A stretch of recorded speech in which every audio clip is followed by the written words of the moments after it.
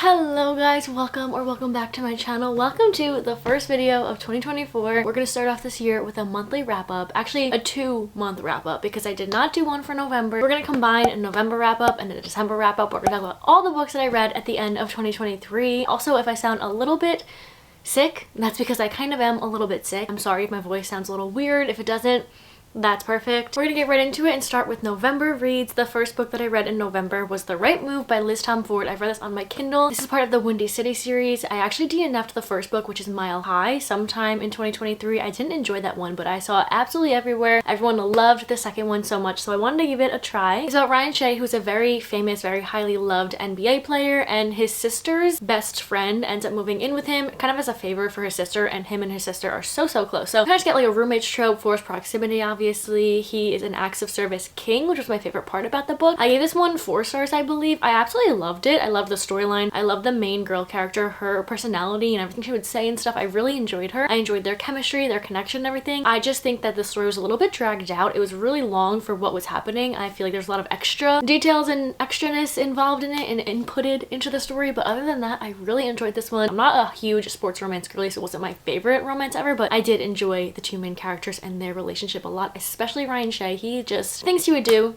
for her were amazing. So the next book I read was Check and Mate by Ali Hazelwood. This was her young adult debut novel. I personally wouldn't really market this as a YA novel or to 12, 13, 14-year-old YA readers. It's just not what I think of when I think of YA, and that was like one of the main things with it because I was so excited to read a YA cutesy little novel, but that's not really what I got. I feel like a lot of this was chess talk, and obviously Check and Mate, the cover has chess on it. I expected that, but I feel like it kind of overtook the romance, and I was so excited about the romance and little pieces of the romance that we got. I really enjoyed, but the chess kind of overtook so much of it that I just got so bored with it and I couldn't connect to the characters, and eventually just could not feel their chemistry with each other because the chess was just like everything that was going on. So I gave this one 3 stars. I did enjoy the writing style of it because I really do enjoy Ali Hazelwood's writing style, but the actual storyline, the characters and plot aren't my favorite from her. It wasn't my favorite read of the month. Then I read Two Twisted Crowns by Rachel Gillig. This is the second and completed book in the One Dark Window duology. So this one I was so excited to get into because if you don't know about the first book, One Dark Window, you follow this one girl who's infected, and it's been told in the whole city the infected people are gone, like there's no more infected people, but the magical system are these 12 playing cards. So in order to get rid of the infection, you have to collect all 12 magical playing cards, and that's what our main character does. They have to go through this mist, and the mist is kind of taking over the world. It's very dark. It's a gothic fantasy. It's very interesting. You also have a romance involved with kind of like a mystery plot trying to find that last card, and it's really interesting. It's definitely different from any other fantasy I've read. The writing style is so good. So I was so excited to read this one, and this one I loved a lot more than the first one. The first one I think I gave 4.25 and this one 4.5 maybe. Yeah, so they're not like too far off, but I love the storyline of this one, and I feel like with the way the first one ends and the trope that you're following along into the second one, it was done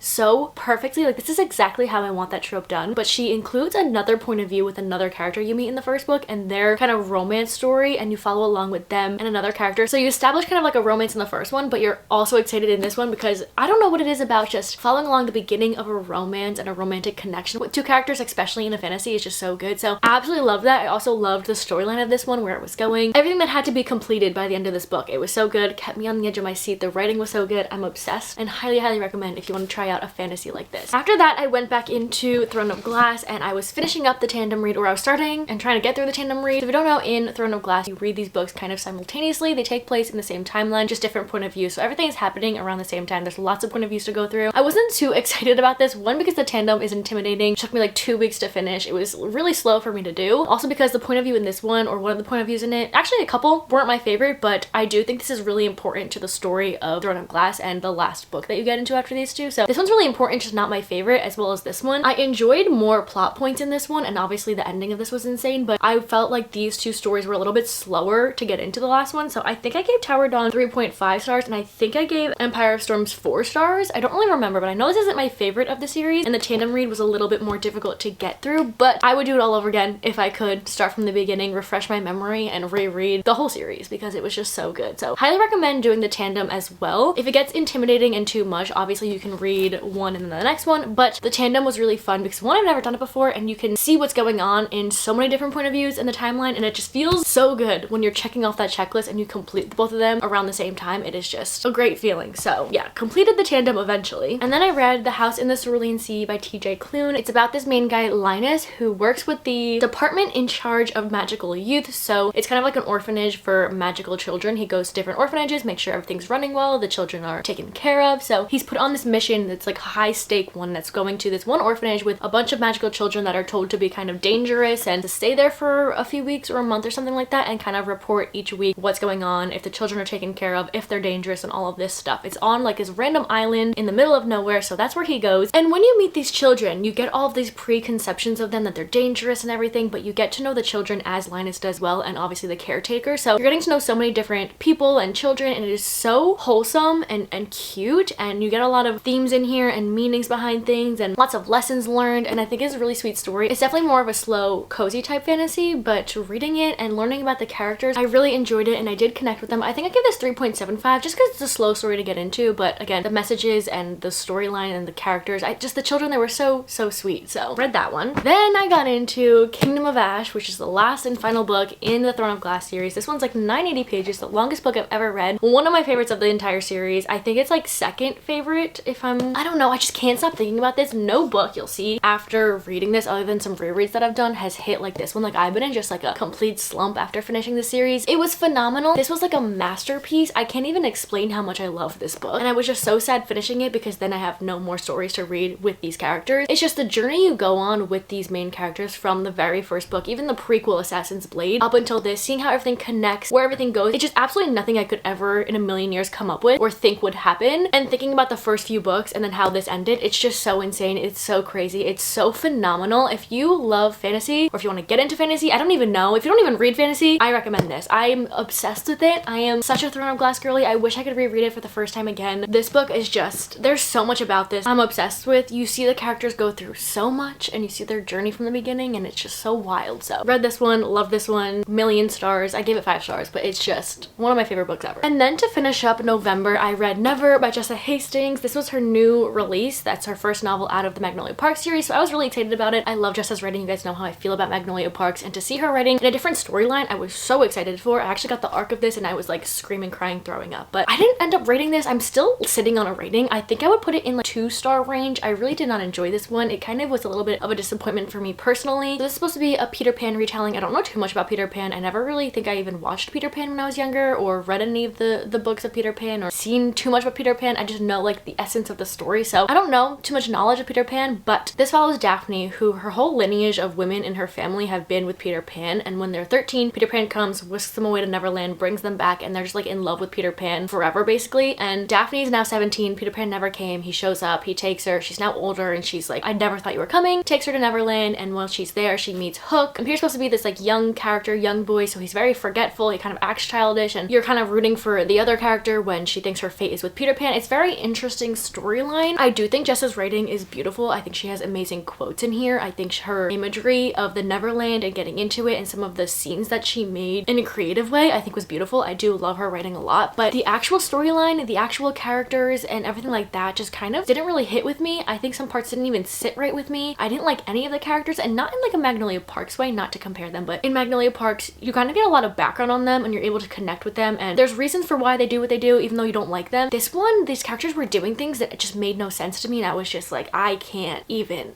I don't know. I just feel like Daphne was a hard character to like. I think Hook was hard to even read because he had this accent and it was hard to understand what he was saying sometimes. And some of the stuff he was saying to Daphne kind of I didn't really like. And then Peter Pan, the things that Peter Pan did top anything in this book of being like the top worst. I just could not stand Peter Pan. Some of it just didn't really make sense to me. I didn't really understand what it was even going on. So not my favorite read, which was really disappointing. That is the last book I read in November. Getting into December, I started off reading Betting on You by Lynn Painter. This is where I started to rediscover audiobooks. You'll see it's a theme in December. I listened to so many books, or some parts of so many books. So I did end up listening to majority of this book. This is Lynn Painter's new release from last year. It's a YA novel. I was so excited about this. I think I just needed a book like this at the time. It's about Charlie and Bailey who meet when they are younger on a plane going to Nebraska or something, or coming from Nebraska. I'm not sure where they're going, but they sit next to each other on the plane and they kind of have this like, not argument, but they're kind of annoyed with each other, and he's kind of just making fun of her, and not making fun of her, but like teasing her, I guess. And they're going the same place. It's a long flight. They connect on the flight. They have some family family issues that they can kind of connect on. But then they land, they don't see each other for another year, I think, and then they meet again, or they see each other again at the movie theaters. They don't see each other again for a few years, and now they're working at the same place, and they're like, why do we keep running into each other? This whole thing. It's very interesting. The way that they connect, I loved so much. I loved Lynn Painter's writing in this. Again, Taylor Swift references, such cute dialogue. I loved their connection in this one. I thought it was so sweet. I did really enjoy the audiobook of this. I listened to it on Spotify. I was just like doing my daily tasks, listening to this. All of the little scenes that they were in were so fun. I really did enjoy this book. I think I gave this one 4.25 stars. It's one of my favorite YA novels from her. And it felt like more of a realistic YA novel in my opinion than other ones that I've read, because I feel like I don't connect to YA that much, but this one I could connect to a little bit more. At least me at like their age could connect to it a little bit. So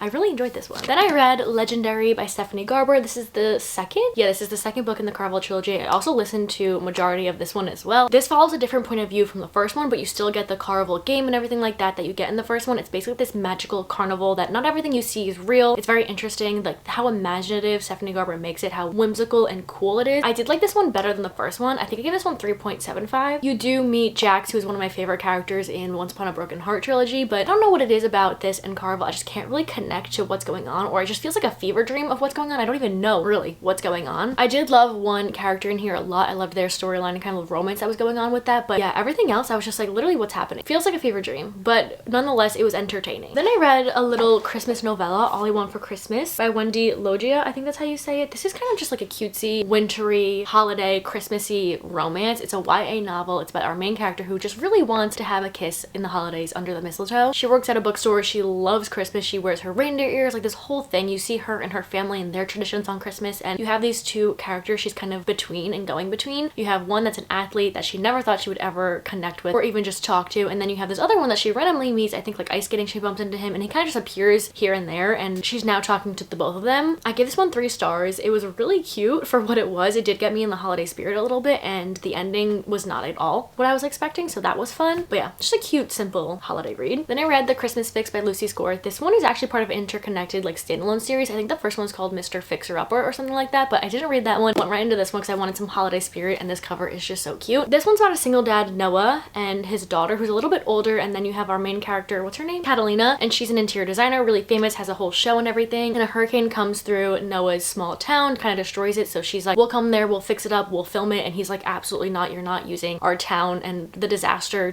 for money and for your show and everything. All that happens, and the holiday thing you get is the town that he lives in is called Merry, Connecticut, and every holiday season they have like this huge holiday Christmas thing going on, so that's kind of what they're working towards. But this one didn't really feel like a Lucy Score novel. I don't really know why. I don't know what it was, if it was like the writing or the banter or the descriptions. Nothing really felt like how her other books I read by her felt, so I gave this one a 3 star. It wasn't really too holiday until the end of it. I didn't really enjoy too much of it. It was just like an okay romance holiday read. It's not one I'll probably ever think of, but it is one I would recommend for holiday season if you want like a Christmas holiday romance, but not my favorite book by her or holiday genre. And then I actually listened to a little Christmas novella called The Naughty, the Nice, and the Nanny by Daphne Perry. It's actually under an alias she uses, and I was so confused trying to see like where Daphne Perry's name was, but by her, but she has an alias, and that's this book. It's 3 interconnected standalones about different brothers. I just listened to the first one. I think it's like 4 hours or something like that, and I just want to get in the holiday spirit quickly. And I'm gonna be honest, I don't remember what I listened to. I know that he's a single father and she becomes the nanny, and they knew each other from like back in the day in high school or something like that. Kind of meet the brothers and their romantic interest that I'm assuming for the next book, and it definitely is holiday vibes, but I was listening to it when I was wrapping presents and stuff. There's just so much about it that I don't remember. Really all I could say about that. I think I gave it like 3 stars. Did I even rate it? I'm not too sure. I would give it 3 stars. It was a good one to listen to, but again, I actually don't really remember too much of what I did listen to. And then I tried to read The Kingdom of the Sweets by Erica Johansson. This is a Nutcracker retelling that I got from the book of the month, and I DNF'd this one about halfway through. I was reading and listening to this one on and off, but I don't know what it was about this that I just didn't click with me. I do love the Nutcracker. I watched it so much when I was younger. I went to the ballet when I was younger so many times. It's one of my favorite like holiday stories. I think it is so interesting, and I loved the ballet, but the take on this and what was happening in this kind of got a little dark, and I don't even know what was going on, and the storyline kind of just took a weird turn, and I ended up DNFing it. I knew I wasn't gonna end up liking it. I was kind of disappointed in that one. And then I read House of Earth and Blood, the first Crescent City book. I wanted to read this one and kind of get into the series before the 3rd one comes out. I don't know if I'm gonna read the 2nd one before it comes out. We'll see how that goes, but I gave gave this one a 3.75. I didn't really enjoy this story. I don't know if it's because it's an urban fantasy, which means it kind of just takes place and it feels like a modern world. Like our characters and some of them have powers. There's different types of fantasy characters in here, but they have like cell phones and emails and they go to clubs and they're drinking and they're texting and they're calling. It's just such an interesting mix of fantasy and urban stuff going on, but the storyline of this one just dragged out so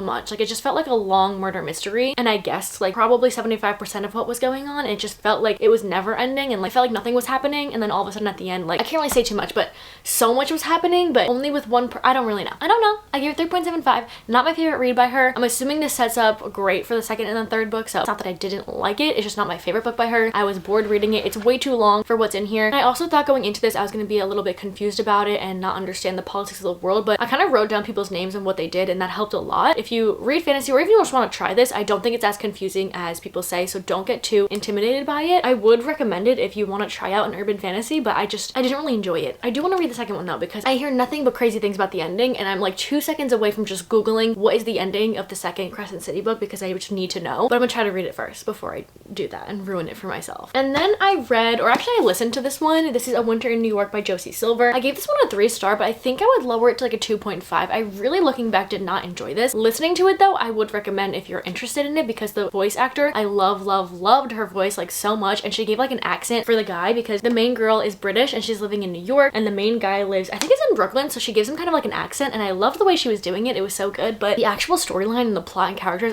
I couldn't get with, because our main character's mom passes away and she's now holding on to this like family secret of like this ice cream recipe that she can't get rid of, and she moves to New York because her mom has spent time there and she like wants to follow in her mom's footsteps kind of, and she goes to New York and walks past this ice cream place, and it's exactly in the picture that her mom has, and she like needs to go in there, and she meets the guy and he's looking for the lost recipe of the ice cream place, because I don't know how he's related in what way, but they lost the recipe and he's kind of connected in that family. So she realizes that their gelato recipe, her gelato recipe are one and the same, but the problem I had with this book was the miscommunication was so incredibly annoying on her part. She had the ice cream recipe, like she had it, and we could have solved everything in page like 40. I understand that's the premise of the book, and that was the whole point, is they're connecting and she has a secret, but I just did not enjoy that part. I did enjoy the scenery. Winter in New York, like that was cute, but other than that, I just could not stand the main character really, and yeah, it wasn't as good as I thought it was gonna be. I didn't really enjoy that one, but listening to it was fun. And then I reread Ghosted by J.M. Darhauer. This one is a contemporary romance. It's a second chance, childhood friends to lovers type of situation. It's past and present timeline. One of my favorite reads from I think 2021, so I reread it, and you guys know how I feel about this book. I gave it a 5-star again. I would give this a 6-star. It is so good. I don't know what it is about this that I connect to so well, but it's about these two characters who met in high school, and present timeline, Jonathan is an actor in this like huge, I think like Marvel superhero movie. Like he is a huge famous actor, and Kennedy is a single mother working in a grocery store, working paycheck to paycheck and having to take care of her daughter. And then you see the past timeline, then meeting in high school, and what I love so much about the past is it's her writing in her journal about Jonathan. So it's like, you came into class and you did this, you didn't see that girl there, like talking about him, writing about their story and how they met and everything, and you kind of get the past and the present. He's trying to come back into her and his daughter's life, but she's like, no way, you need to fix yourself before you come back in here and break her heart as well as mine again. It's just so good. It feels like a real story, and I love it so much. It's so easy to connect to. I absolutely love every single character, and just the storyline is so good. I love this book like so much. And then I read Ruthless Vows by Rebecca Ross. This is the second and completed book in the Divine Rivals duology. Divine Rivals was one of my favorite books of last year. Absolutely loved it. It was so romantic, so sweet, so cute. It's about these two characters who have these magical typewriters, and they meet in their journalist job. Kind of rivals there, competing for the same position, and she sends a letter under her door to her brother, and actually ends up in Roman's room, but she thinks it's her brother, so he's typing to her knowing it's Iris, but she doesn't know it's Roman. It's really sweet letters, and then you also get the plot line of the war that's going on. And then you go into the second book. The way the first one ends, I was very intrigued to see how this one was going to pick up and how it was going to go. I gave this one 4 stars. I definitely liked Divine Rivals a little bit more. But that's not to say that I didn't enjoy this one. I think it was just a little bit slower. I like the war and the gods, and that plot was more of the forefront of this one, which is so understandable because I know how Divine Rivals ended. That's kind of what we were going to get in this one. I just feel like it was a little bit slow for me, and what I love so much about the first book was like the romanticness and the letters and stuff. So those parts in this one were my favorite parts. Like Roman and Iris deserve each other in every lifetime. Like they are so meant to be so perfect. I love the both of them so much. I think it was just like the other plot points I kind of just felt a little bit bored with and a little bit slower reading it. So yeah, I still enjoyed it, still love the characters and some other side characters that you meet. So it was really good. Kind of on the edge of my seat towards the end of it. A lot was going on, but a slow start and middle for me personally. And then I reread Love in Other Words by Christina Lauren, one of my favorite comfort reads ever. It's another second chance, childhood friends to lovers. This one is also past and present, but they haven't spoken in 11 years and you don't know why. So you see them connecting and meeting when they're very young and going through all their first together, and then present timeline. He's like, why haven't you spoken to me in 11 years? And it's not that this is the best book I've ever read. It's just such a comfort, and like seeing them connect is so sweet, and I just really connected with this book, and I think it's just so heartwarming and sweet, and I just love it. I love Elliot and Macy, so reread that one. And then the last book that I finished in December, actually I think I finished listening to it on December 31st on New Year's Eve, is Supernova by Marissa Meyer. Finally completed the Renegades trilogy. This is kind of just like a superhero trilogy, kind of like a sci-fi fantasy, yeah, just superheroes kind of. There's like anarchists and the renegades, and they're against each other. You get all this history, all this stuff, and you get Nova, who is an anarchist, goes undercover into the renegades, and things happen. She connects with the renegades a little bit, but she's loyal to the anarchists. Lots going on. I'm really happy that I finished this. I think I gave this one 4 stars. I think I would give it like 3.5 looking back, but I would round up to 4. What I wanted to happen happened so early in this book. I was so excited, and then we backtracked 2 books. We backtracked so much. I was so annoyed, but there's a lot of action in here. That was like a lot, but it was entertaining. What we found out was entertaining. Lots was going on, lots of action, so it was fun to listen to. I was entertained majority of the time. I just think the storyline is not where I thought it was gonna go or I wanted it to go. If it were me, it wasn't me. I'm not the author, but it was entertaining for what it was. I did enjoy this trilogy. I'd give it like a 4-star overall of the trilogy. I would recommend it. It's very entertaining. I just didn't think that this was gonna be, or the storyline in this was gonna be what it was. Not in a bad way. Just not how I thought we were gonna end this trilogy. Those are all of the books I read in November and December. I hope you guys enjoyed. Let me know if you've read any of those, any of your thoughts, if you have any books that you would like to see me read in January. I haven't completed a book yet, but that's okay. I'm really excited to now make my TBR for January, which will be out in a few days, and we will see some books we will get to in January. So stay tuned for that. I hope you guys enjoyed. Again, let me know if you read any of these. Let me know your thoughts. Thank you guys so much for watching, and I will see you hopefully in the next one. Bye!